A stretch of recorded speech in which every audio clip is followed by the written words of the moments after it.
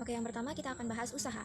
Apakah kamu pernah melihat orang yang mengangkut hasil perkebunan seperti kelapa sawit dengan menggunakan gerobak yang memiliki roda? Pernah nggak? Mengapa ya orang tersebut itu mampu mendorong gerobak beserta muatannya meski nampak muatannya itu begitu banyak? Apa ya yang diberikan atau dilakukan orang tersebut terhadap gerobak beroda tersebut? Oke, selanjutnya kita akan bahas satu persatu. Oke teman-teman, kita lanjut ya. Yang pertama ada memindahkan benda. Yang dilakukan oleh orang yang mengangkut hasil perkebunan dengan gerobak adalah bentuk usaha. Dalam sains, usaha adalah upaya untuk memindahkan suatu benda atau beban pada jarak tertentu. Dengan rumus usaha yaitu W sama dengan F dikali S. W itu usaha, F itu gaya, S itu perpindahan benda. Oke, yang kedua ada daya. Daya itu digambar ada dua orang ya yang sedang mendorong gerobak sambil berlari sama berjalan. Misalkan nih, mendorong gerobak dengan berlari, maka daya yang dilakukan orang tersebut itu semakin besar. Sebaliknya, jika waktu yang diperlukan lebih lama, yaitu mendorong gerobak dengan berjalan santai, maka daya yang dilakukan orang tersebut semakin kecil. Daya dikenal juga dengan laju energi. Laju energi adalah besar total energi yang dipergunakan dalam setiap detiknya. Dengan rumusnya, yaitu P sama dengan W dibagi T. P itu daya, W itu energi, T itu selang waktu. Sebagai contoh nih, ada sebuah benda ditarik dengan gaya 10N sejauh 5 meter. Berapakah usaha yang dilakukan? Dijawab ya, yaitu dengan rumus usaha W sama dengan F dikali S. F-nya itu 10, S-nya itu 5. Tinggal dikalikan yaitu hasilnya 50. Dan jangan lupa dikasih satuan, yaitu Joule. Nah, terlihat ya pada gambar, saat mendorong gerobak berisi muatan penuh, kalian mungkin hanya mampu memindahkan gerobak tersebut dalam jarak yang sangat pendek atau bahkan tidak bergerak sama sekali. Lalu, upaya apa ya yang dapat kalian lakukan agar gerobak tersebut itu dapat sampai lebih cepat dan kalian tidak merasa letih? Jawabannya apa ya? Jawabannya adalah kurangi beban, tambah bantuan gaya, dan kurangi hambatan gerak. Jadi intinya, energi adalah kemampuan untuk melakukan usaha atau kerja. Energi dapat berupa energi kinetik dan energi potensial. Energi kinetik adalah energi yang dimiliki suatu benda karena gerakannya, dikenal dengan energi gerak. Rumusnya yaitu EK sama dengan setengah dikali M dikali V kuadrat. EK itu energi kinetik, M itu massa benda, dan V itu kecepatan gerak. Lanjut slide selanjutnya ya. Benda yang bergerak akan berpindah posisi, sehingga energi kinetik benda akan sebanding dengan usaha benda tersebut. Energi dan usaha memiliki satuan yang sama, yaitu Joule. Rumusnya yaitu W sama dengan delta EK sama dengan setengah dikali M dikali delta V kuadrat. Nah, di situ ada contoh soal ya. Contoh soalnya yaitu, hitung besar energi kinetik gerobak yang berisi muatan 50 kg dengan kecepatan dorong 10 meter per sekon. Lalu, bagaimana jika kecepatan dorongnya dikurangi menjadi 5 meter per sekon? Dengan muatan yang sama, menurut kalian, gerobak mana yang energi kinetiknya lebih besar? Berapakah besar perbedaannya? Oke, kita jawab ya. Jawabannya yaitu bisa dilihat ya, itu yang digambar. Yang pertama, kita cari kecepatan 10 meter per sekon. Diketahui, M-nya itu 50 kg, V-nya itu 10. Ditanya EK-nya ya. EK sama dengan setengah dikali M dikali V kuadrat. Setengah dikali 50, M-nya 50, V kuadratnya itu 10. 10 kuadrat. Sama dengan setengah dikali 50 dikali 100 menjadi 2500 Joule. Sama aja ke kecepatan yang 5 meter per sekon. Diketahui M-nya itu 50, V-nya itu 5. Ditanya sama aja, EK sama dengan setengah dikali M dikali V kuadrat. EK-nya itu setengah dikali M-nya itu 50, V kuadrat itu 5 kuadrat. Setengah dikali 50 dikali 25 hasilnya 625 Joule. Nah, dalam perbandingan EK ya, energi kinetik yaitu gerobak dengan kecepatan 10 meter per sekon itu memiliki energi kinetik yang lebih besar dibandingkan dengan kecepatan 5 meter per sekon. Dan yang kedua, pertanyaan yang kedua yaitu besar perbedaan. Besar perbedaan EK yaitu EK dengan kecepatan 10 meter per sekon dikurangi EK dengan kecepatan 5 meter per sekon sama dengan 2500 Joule dikurangi 625 Joule menjadi 1875 Joule. Itu dia jawaban dari soal yang digambar.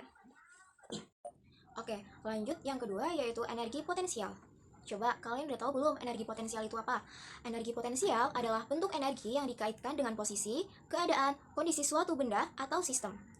Sederhananya, energi potensial akan bernilai besar jika posisinya semakin tinggi dari permukaan tanah. Dan ungkapan matematisnya itu EP sama dengan M dikali G dikali H.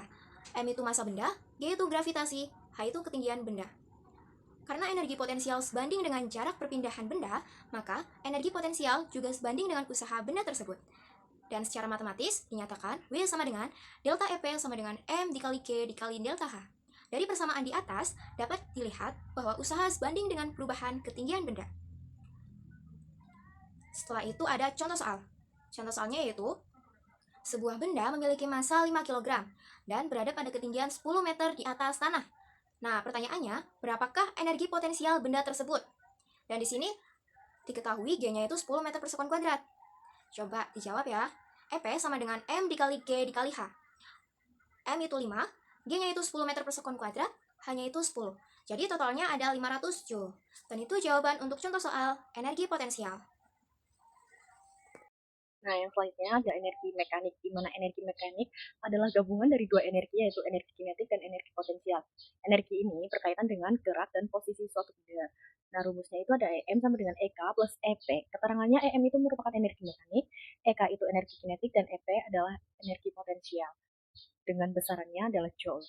Contohnya ada di samping, di mana contohnya ini jika mobil berjalan di jalan yang datar, maka energi potensialnya adalah nol. Nah, namun ketika mobil berjalan di jalan menanjak atau menurun, maka energi tersebut memiliki energi potensial. Jadi energi potensialnya itu nggak nol. Kalau yang datar baru itu nol. Ya, yang selanjutnya ada pesawat sederhana. Nah, di pesawat sederhana ini kita tidak dapat menciptakan energi dan tidak dapat memusnahkan energi. Namun, pesawat sederhana dapat membantu manusia untuk melakukan pekerjaan dengan cara yang lebih efisien. Nah, pesawat sederhana ini merupakan peralatan yang digunakan untuk mempermudah pekerjaan sehari-hari kita. Di sini ada rumusnya, yaitu KM sama dengan gaya keluaran dibagi gaya masukan. Nah, bagaimana sih pesawat sederhana dapat membantu mempermudah pekerjaan kita atau manusia? Yang pertama, dapat meningkatkan besar gaya angkat atau dorong pada suatu objek. Di sini terlihat ada anak yang sedang mengangkat batu.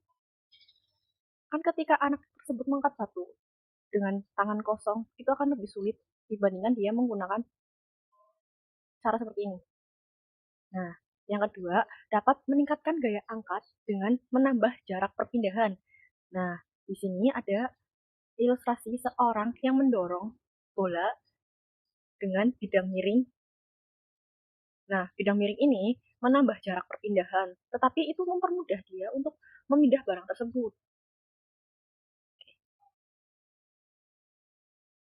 Lalu yang ketiga, pesawat sederhana itu dapat mengubah arah gaya yang bekerja. Nah, di mana ini ilustrasinya ya, ada dua orang anak yang sedang menimba air di sumur.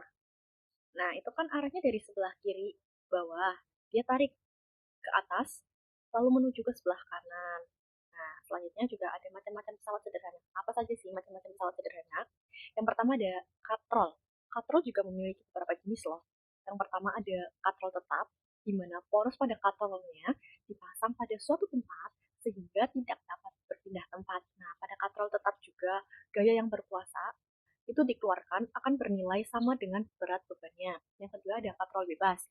Nah, katrol bebas ini, poros pada katrol bebasnya tidak dipasang pada tempat yang tetap. Jadi, katrol dapat berpindah tempat atau bergerak bebas saat digunakan oleh kita. Tiga, ada katrol majemuk. Nah, katrol majemuk merupakan katrol dari gabungan beberapa katrol tetap dan katrol bergerak atau katrol bebas ya. Nah, ini digunakan untuk memperbesar keuntungan mekanis, sehingga beban berat bisa diangkat dengan gaya yang lebih kecil. Nah, macam-macam pesawat sederhana selanjutnya itu ada roda ya. Penggunaan roda akan mempengaruhi kecepatan yang dihasilkan. Nah, nilainya adalah, ini di sini ada rumus ya. KM sama dengan R roda dibagi R poros. Keterangannya KM itu keuntungan mekanis. Nah, R roda itu jari-jari roda. Nah, R poros itu jari-jari poros. Jadi, di sini itu, roda itu semakin besar perbedaan antara radius roda dan poros, semakin besar keuntungan mekanis yang diperoleh. Misalnya, jika radius roda 5 kali lebih besar dari radius poros, maka gaya yang kita keluarkan hanya diperlukan untuk menggerakkan benda itu berkurang menjadi seperlima dari gaya yang tanpa menggunakan roda di sini. Ini kan ada ilustrasi anak yang mengangkat kelinci. Ya, kita anggap ini kelinci ya. Kelinci yang ada di sebuah kotak. Nah, ini tanpa roda, maka ini akan lebih berat bebannya dibandingkan, bukan lebih berat bebannya ya, tapi lebih banyak gaya yang dikeluarkan oleh anak tersebut dibandingkan oleh anak yang membawa kelinci menggunakan kotak yang ada rodanya. Macam-macam pesawat sederhana yang selanjutnya ada bidang miring. Jadi bidang miring adalah pesawat sederhana berupa papan atau bidang yang dibuat dengan bentuk yang miring. Tujuannya untuk memperkecil usaha saat memindahkan beban yang berat. Di sini ada rumusnya, bisa dilihat. KM itu sama dengan gaya beban dibagi gaya kuasa. Itu bisa juga panjang bidang miring dibagi ketinggian. Selanjutnya ada pengungkit. Apa sih pengungkit itu? Pengungkit adalah pesawat sederhana yang dibuat dari sebuah batang yang keras seperti balok kayu atau batang logam yang digunakan untuk mengangkat atau mencongkel benda. Di sini ada jenis-jenis pengungkit ya.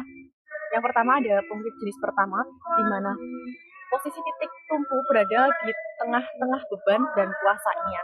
Jadi ini tuh di ujung gunting itu ada beban, di tengah-tengah itu titik tumpu, dan di pegangan gunting itu merupakan titik kuasa.